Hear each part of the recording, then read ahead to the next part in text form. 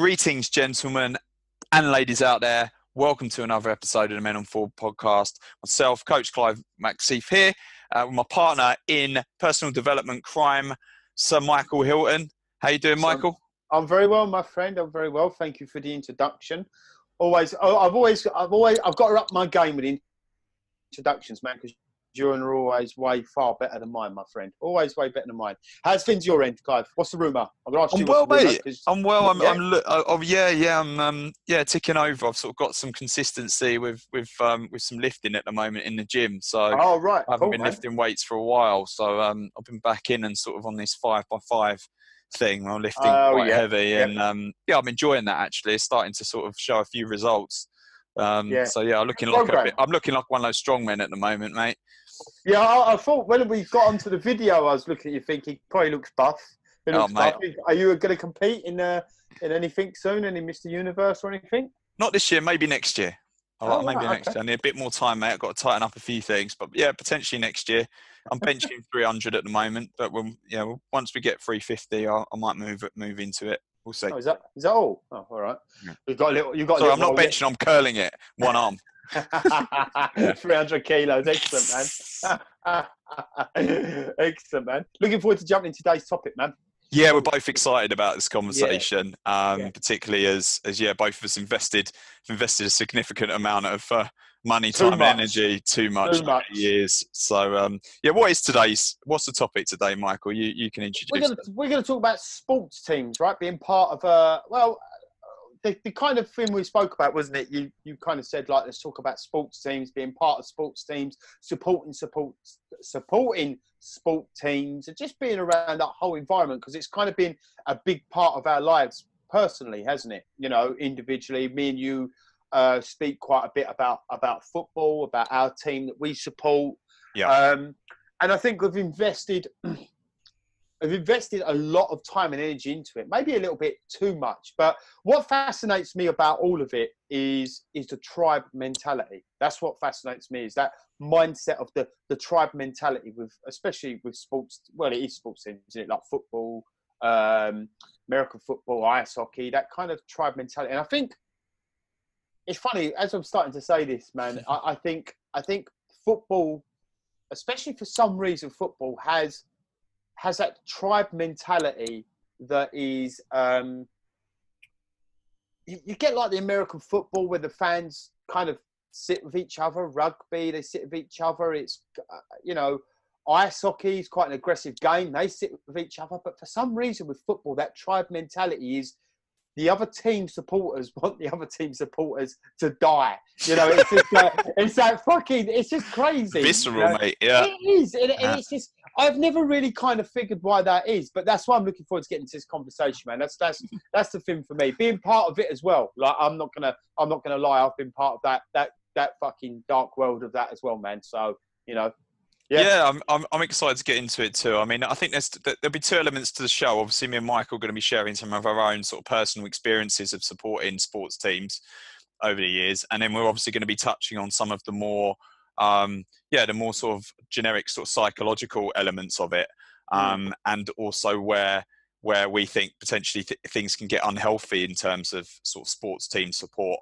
You touched on football there. There is definitely a direct correlation between football and violence, racism, all sorts of sexism, all sorts of other things, and in other sports as well.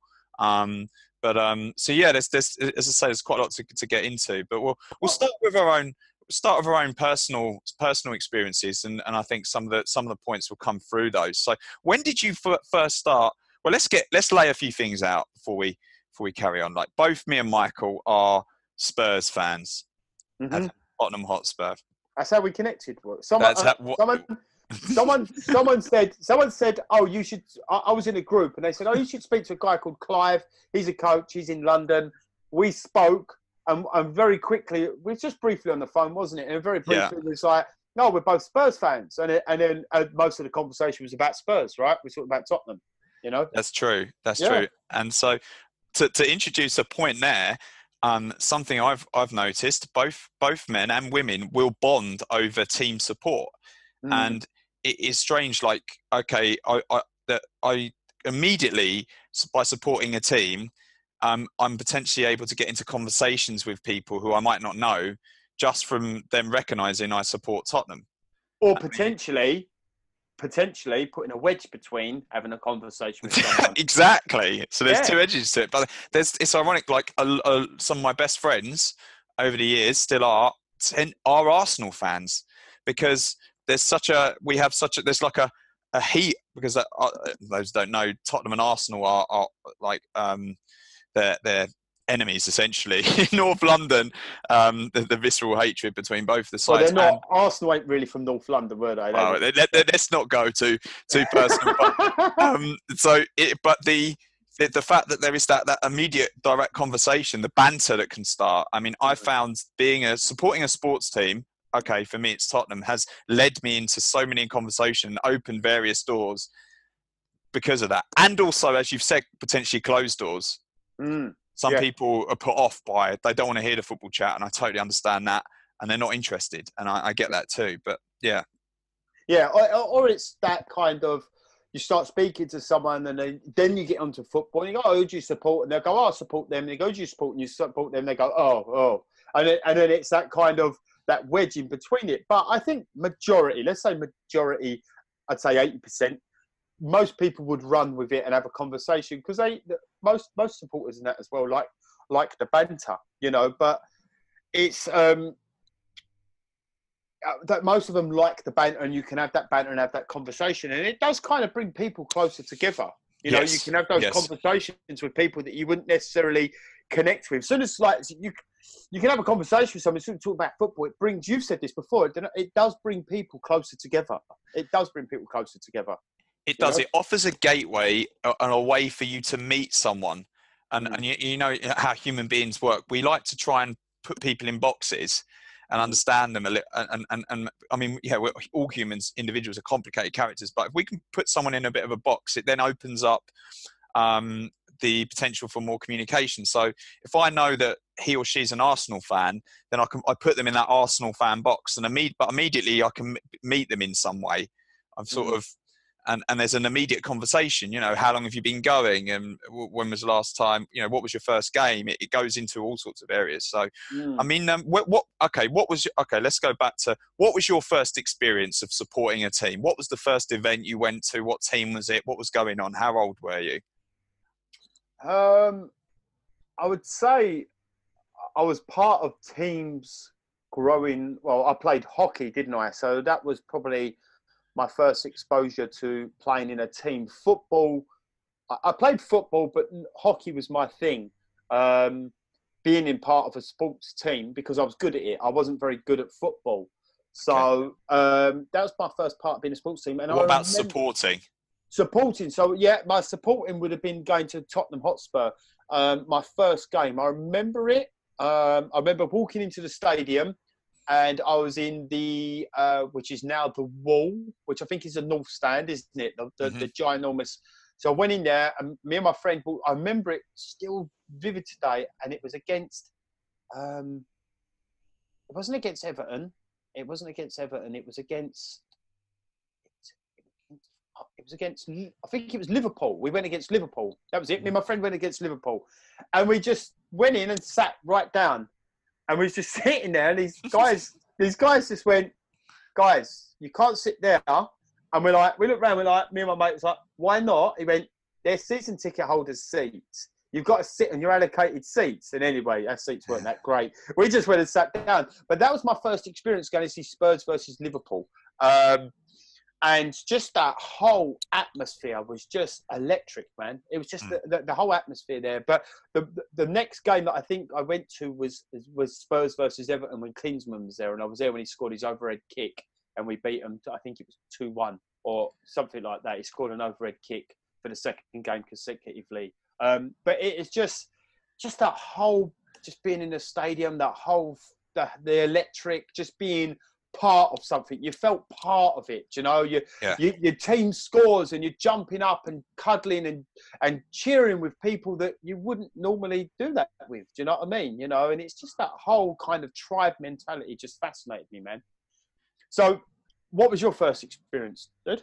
I remember this again. One of my earliest childhood memories. My first game was also Spurs Liverpool, and I went with my uncle and my dad, my uncle, cousin. We went and we sat. I remember it was front row behind the goal, and it was when Eric Torsford, who was this Norwegian, the Viking, yeah, this goalkeeper. I mean, and I remember. I mean, I must have been about 5, 6 years old. I remember looking up at him like he was some kind of god, like he was Thor.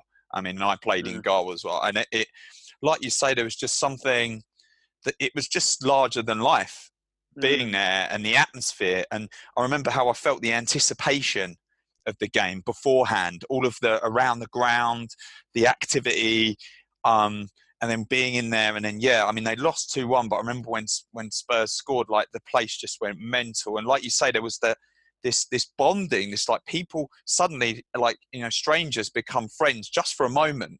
And like you say, there's something, and looking at it now, it's that tribal mentality, and it does actually plug back into us as human beings and who we were, thousands of years ago in terms of in community. Because when we're actually at games, we're part of a big community of people for a couple of hours, and I think it does touch something quite deeper within us, both community and particularly, like we touched on, it's a competition. It almost replaces that. It's not going to be like being on the front line when you're going to battle, either medieval battle or World War battle. But there's a hint of something of that there. The charge, this all singing, singing together with this group. It definitely gives at least me something that I don't get in other areas of my life. So that was my first experience, and there's also something about being exposed to it from such a young age, almost like I was a Spurs fan then, and that was it. So there's connections between supporting sports teams and family in some cases as well, and you get those instances where the dad supports one team and the son supports the other team, or brothers, but also you get for me, my whole family supports Spurs, so it's. It's funny though, because as you were saying it is like you're sitting there and you're singing. You wouldn't just walk down the street and start singing when the Spurs come walking home, or come on you Spurs out loud, right? So it's being in that, like, people that wouldn't normally do that are doing that, right? So like part of them's expressing a little bit more of themselves, right? They're allowed to express more of themselves. They're there with like-minded people singing and not being judged. And then there is that mentality of, that's the enemy over there. We want to kill them. We want to destroy them. Not in so many words, but like you say, that taps into our primal sort of thing. It's us versus them. And when you're at home, you're on the side of the majority, aren't you? Like there's 20% of them over there and 80% of you, and we're gonna strive, we're gonna charge this, and we're gonna win this. So it's very primal in that as well, man. And I totally agree with that, man. It does tap in. I think that's why it's such a big business, man. It does so well because it taps into that belonging and being part of something. Do you know what I mean? Definitely. I mean, and I mean, we've obviously touched on football. I'd be interested to know, do you support any other teams outside of? Yeah. So like, I say teams. I do. My ice hockey team's Colorado Avalanche. Okay. Obviously, that's my ice hockey team that I keep an eye on. Plus, I like the Edmonton Oilers as well. But mainly because of players. It's funny because with other, like ice hockey, I supported Colorado Avalanche really because I just followed a goalkeeper called Patrick Waugh. So he was at Montreal Canadiens. So I used to watch them, and then he left there and went to Colorado Avalanche, and then he was there for a few years, and I ended up supporting them. But kind of like now, I always keep an eye out for the Edmonton Oilers because they've got a guy called Connor McDavid who's just going to be one of the greatest players ever to play ice hockey. So I kind of don't follow them, but I follow him. So it's interesting. Same as basketball. Chicago Bulls fan. Am I really a Chicago Bulls fan? Not really. I was a Michael Jordan fan. That was it. Yeah. And at that time, a lot of people were at that time. Yeah. And at that time, you had Dennis Rodman, you had Michael Jordan. They had a really good team, at that time. Yeah. But it was mainly because of Michael Jordan, So you've got Lakers. this affiliation with this loose affiliation with other, in this case, American sports team that's actually born about through liking a player, and then it's a gateway into, because there's, I mean, as I say, you've got these like soft touch. I've got the same. I've got these like soft touch relationships with these other teams. Yeah. And I'm not a supporter, but I might keep an eye on their results. So it's different, and I think, I mean, this touches on something a bit different. I think technology has a lot to contribute here as well in terms of the exposure to certain sports. When I was younger, in terms of particularly American sports, like I used to just get there was a program on Channel 4 called Trans World Sport. Do you remember I remember that. Yeah. Yeah, transfer Now sport. we're showing our age. Bit like Italian football. When Gaz was over there, Italian football. I love that. Well, in terms of sometimes where our support goes is impacted by what's available to us through the media.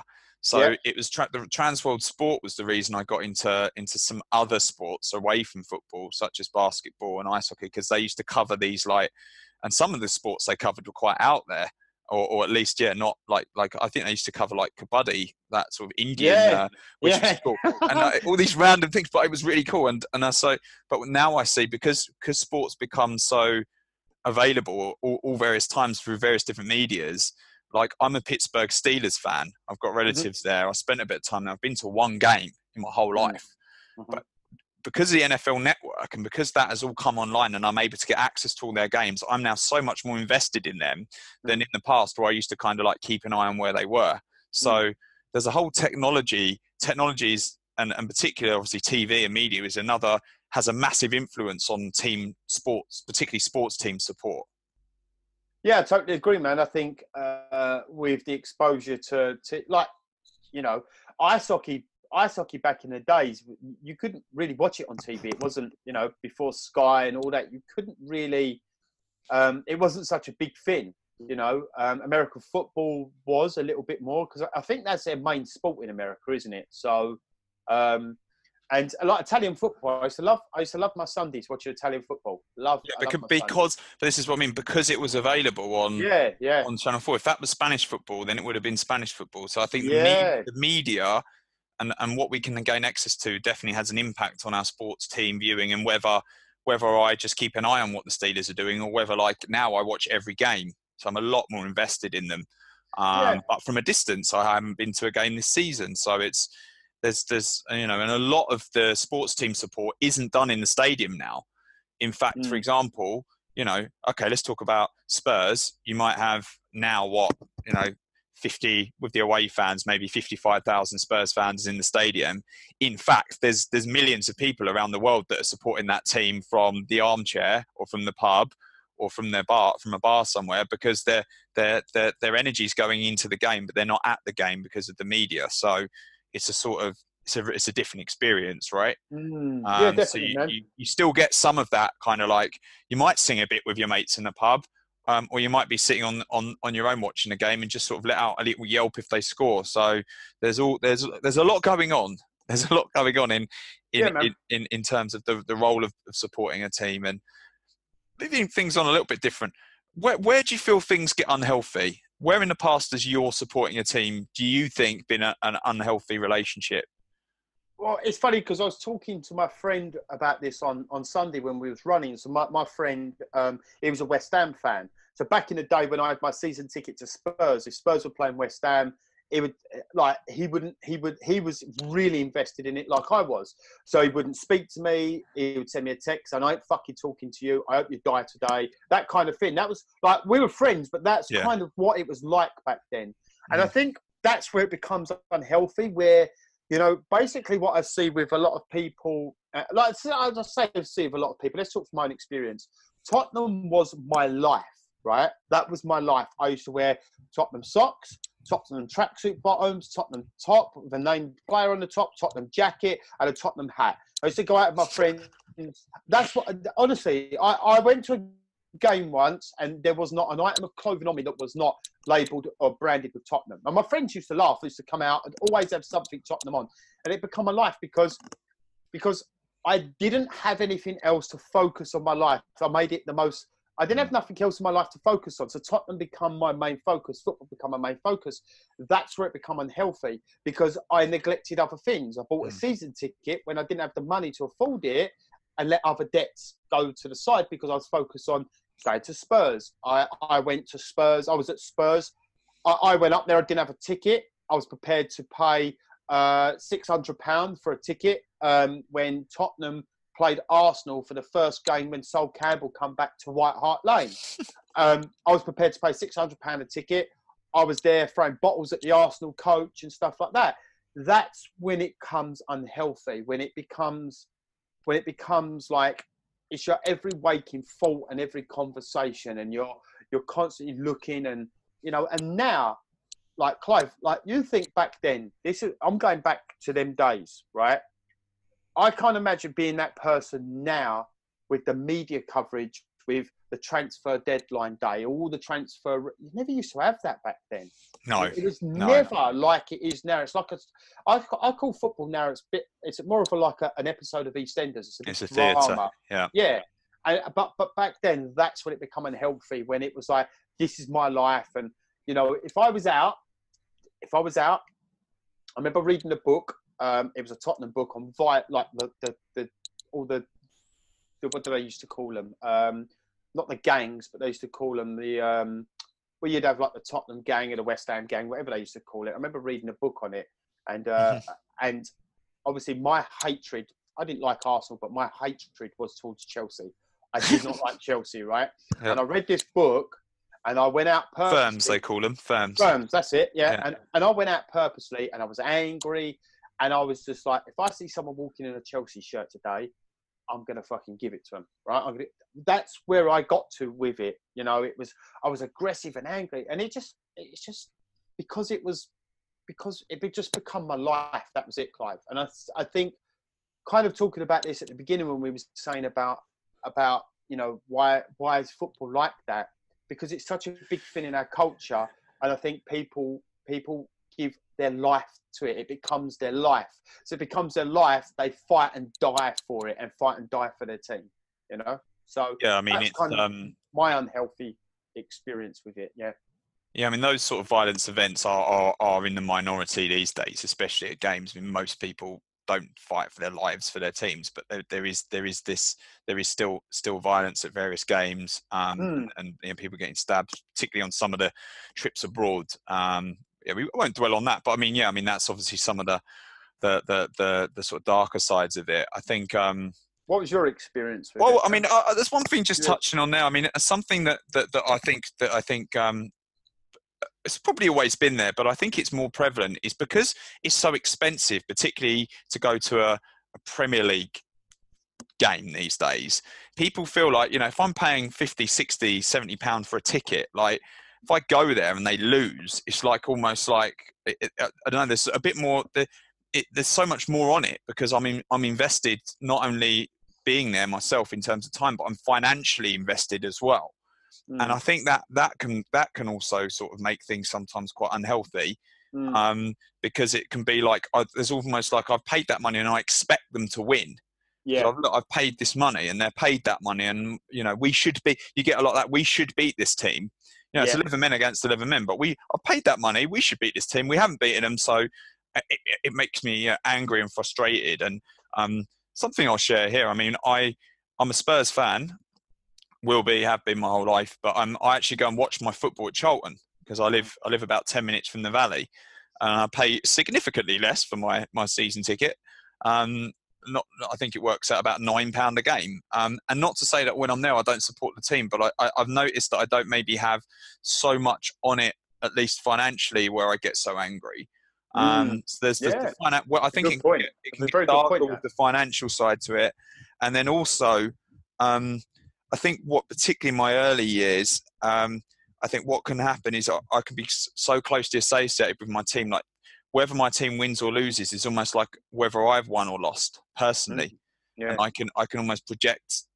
It becomes like a codependent relationship, like an unhealthy codependent relationship in a sense that I used to, if Spurs lost, it would just like ruin my weekend. It would really affect me.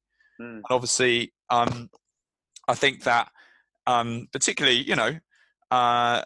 in terms of energy and time, and it doesn't necessarily, it wouldn't put me in a good place in terms of, right, sod it, I'm going to go out and drink loads tonight. I'm not going to go to gym tomorrow. I'm pissed off because Spurs lost, and I think that's, at least for me, that it was having a negative effect on me. I think, and I think maybe as I grew up and maybe sort of matured in some ways a little bit, and it still affects me sometimes when they lose, but it doesn't ruin my weekend anymore. But when I was younger, I think especially it would really, really have an effect on me. And we know that our team were pretty average for a number of years, and but yeah, a lot of time and energy, I think, that I put into it when I was younger that would have been better off elsewhere, in terms of investing in myself and spending time focusing on me, essentially, rather than giving all this energy away to this group of players who are, I don't know, I don't know these people, so it's weird. It's interesting, like, just to expand on it a little bit more, because when that kind of shifted, when that changed for me there, Clive, was, I'd had my season ticket, and I'd be going, obviously, going to the games, getting up early, drinking, going to the games, and then it'd just all be around drinking. And then part of when I had my season ticket, because go back a few years now, it's when Martin Jol, I gave up my season ticket, and then the next season, a few games in, Martin Jol got the sack, and they bought in one day Ramos, which is a fucking great move, wasn't it? But I remember going to a game, and there was 12 games left, and I went to a game and think my life had started to change dramatically. Like I'd been in recovery for a little while. My life started to change, and I was there, and we was playing Arsenal, funny enough. Mm-hmm. And I was standing there, and we was playing Arsenal, and Spurs had a specific song that they sung to Arsene Wenger: "Sit down, you paedophile." Right? That's what they used to sing when he stand up. Sit down, you paedophile. And I just stood there, and I was looking around. And they was all singing, and every couple of minutes it stand up if you hate Arsenal.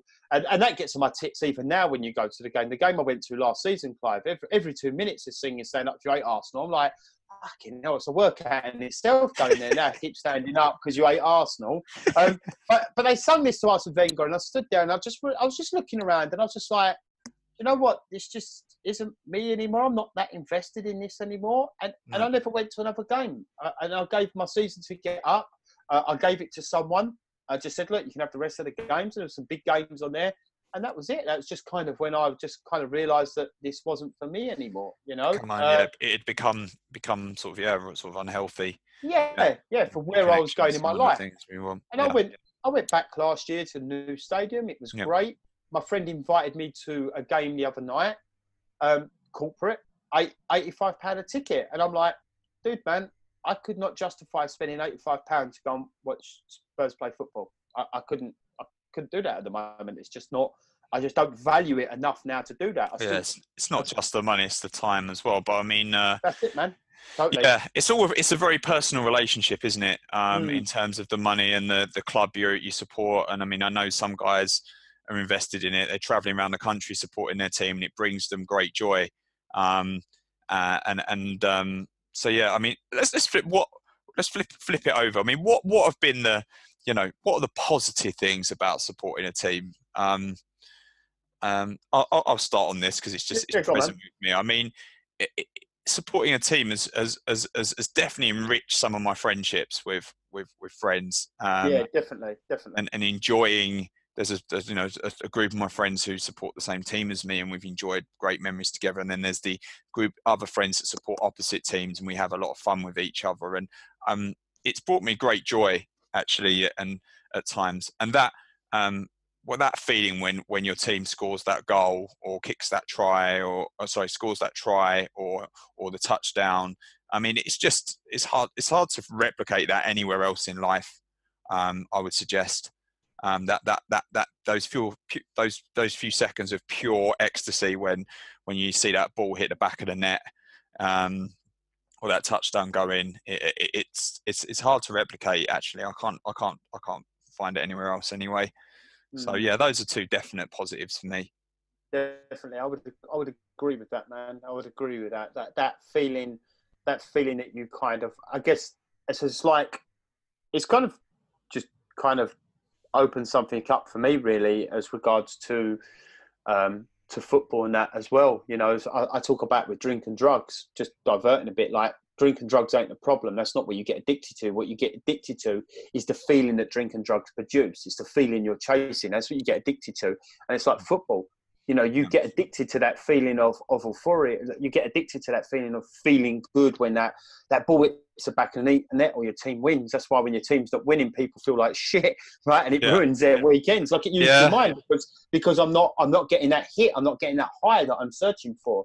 Do you know what I mean? But I definitely, you know, just thinking as you were saying, times like cup finals and stuff like that, just sitting around with friends and jumping up and cuddling and cheering. As Spurs fans, we don't win many trophies, so that's been few and far between. But you know, I've experienced that. You know, when that's happened, and it's been amazing, man. It's just that amazing feeling. I always remember I was working on a building site, and the guy that was owned the building that I was working on was a Tottenham fan, and he was a millionaire, and he had loads of season tickets, and I got quite friendly with him.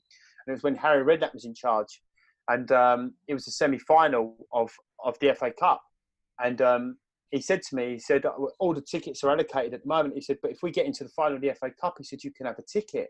And my dream's always been to see Spurs play. It was, I don't know so much now, but it's always been my dream at that time to see Spurs playing an FA Cup final. And we fucking lost to Portsmouth 2-1 when Dawson slipped over. Yeah, I remember and that. I had a ticket. I had a ticket for the final to corporate, and I was like, oh, because I was like, we're going to win this. We're going to win this. We're going to beat them. Supposed to, yeah, and we didn't, and you know, that was fucking devastating. Well, that's what I mean. I mean, there's a quote that I like to use. It's like, football is the most important of the least important things. Yeah, very true, mate. And there's one other thing, and I'll say this particularly. It's been quite recent. So, like last year, I was at a particularly stressful point in my life. I was dealing with a lot at work. I was dealing with a lot at home with the newborn baby, and having as I say, I've got a season ticket at Charlton. Those few hours every couple of weeks when I would go to Charlton were a great release for me. And I think supporting a sports team it's almost like a bit of it can be a healthy form of escapism.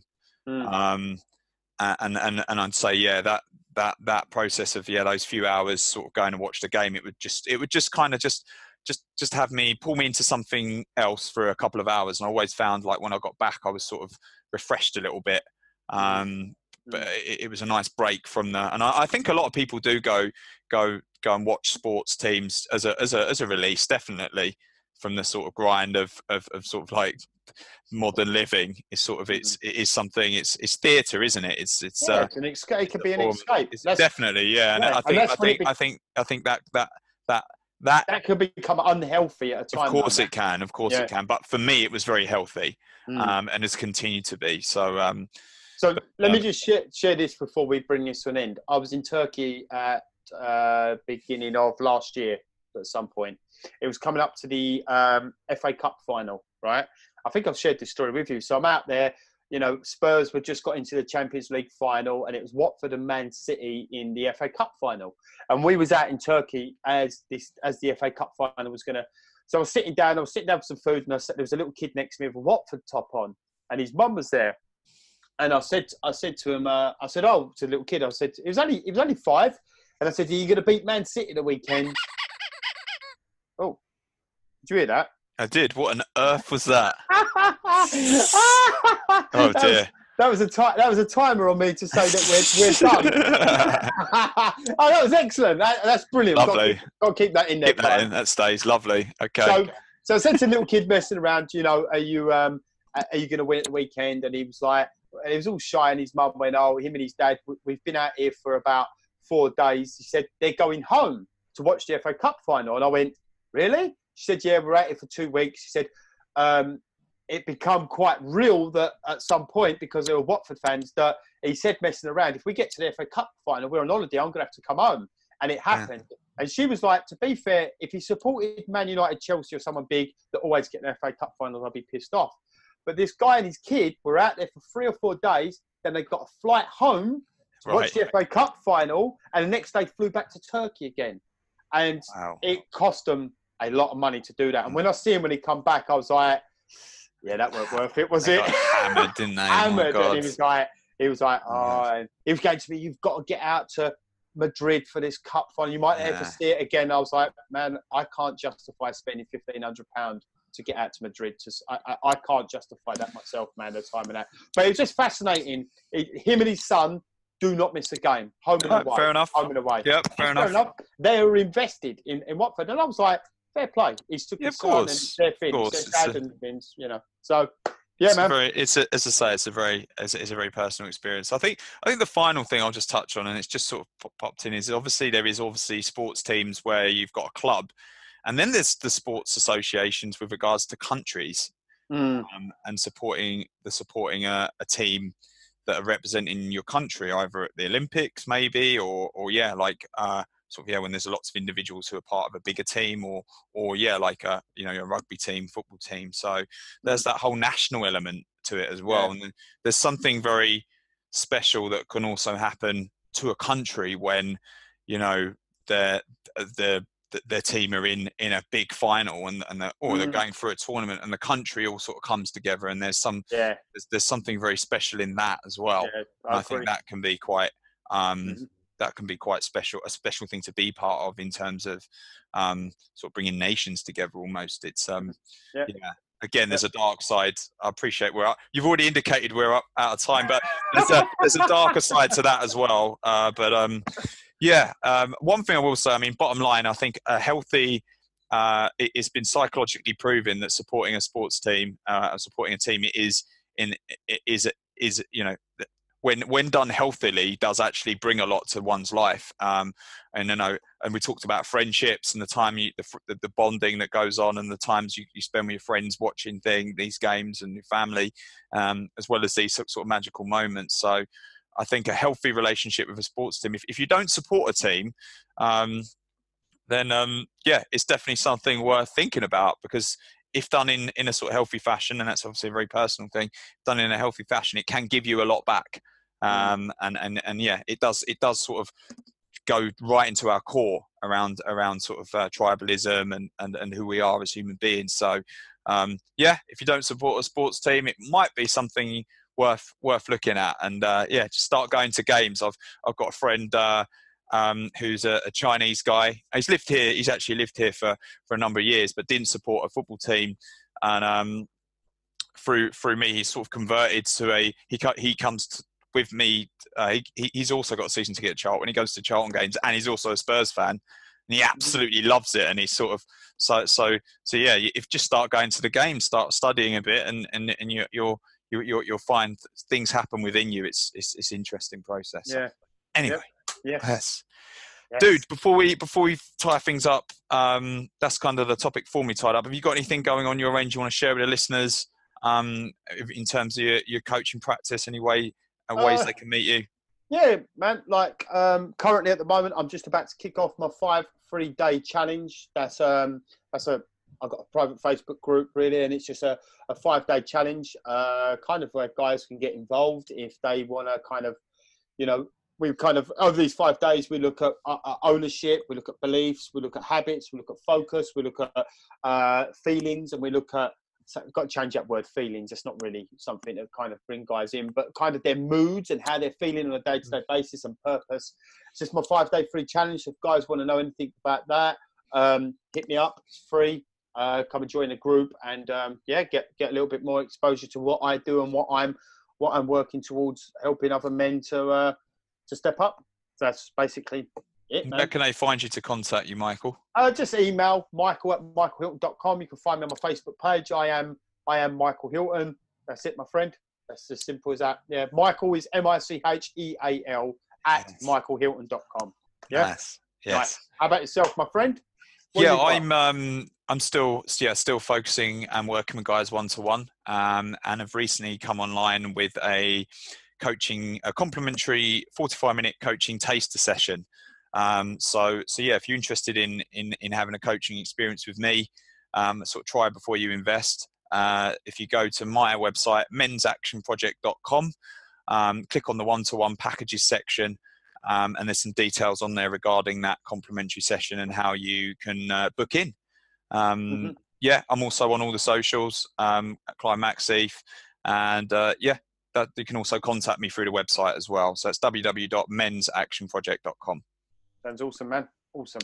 Nice one. Get involved. Get involved. Get involved, definitely. So, as we conclude, there is only one more thing we need to say, and form is the word in terms of sports. So it's very resonant here at the moment. So, and that is to say to you guys out there, that is, if you're off form, get back on form. And if you're on form, stay on form. Do and be well all. Donny the douche.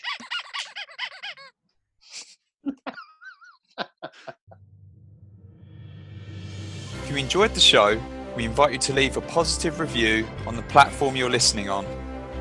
If you'd like to get in contact with us regarding anything that came up in the episode, you can email us directly at menonform@gmail.com.